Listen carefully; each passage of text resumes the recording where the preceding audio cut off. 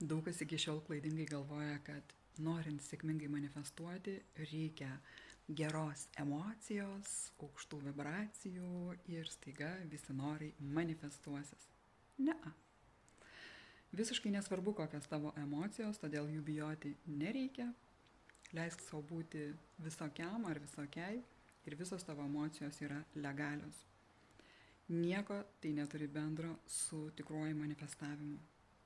Iš tiesų, tikrasis, sėkmingas ir sąmoningas manifestavimas ir pagrindinė jo dalis tai yra būtent tapatumas.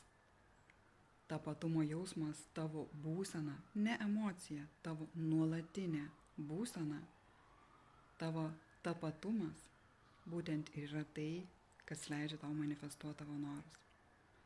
Taigi, pagalvok dar kartelį apie savo norą ir pamąstyk, kuo turi būti, kad tavo noras taptų tavo realybė. Sėkmės.